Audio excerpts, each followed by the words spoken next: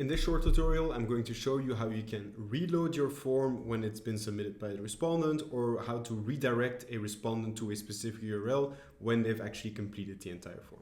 So I have this example form right here. It's a simple survey. It's a couple of pages asking for overall experience of a form building tool.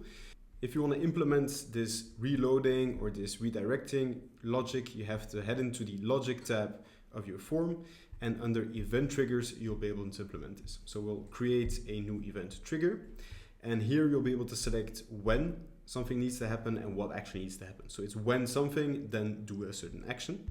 So for example, we'll say that when our form is submitted, then we want to restart the form. So typically, if you have a setup where there's a tablet and people can feedback, you want the form to restart automatically once it's been submitted. So let's go ahead and create that event trigger. So if I load in the form real quick and run through it, so none of these are required, so I can just blast through them, and when I press submit, automatically the form gets reloaded to its initial state. So this is the restart form action that you can implement.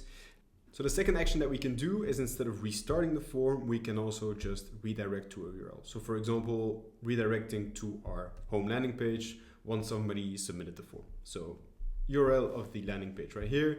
You can choose whether you want to do it in the same tab or in a new tab. So let's choose in the same tab and update our event trigger.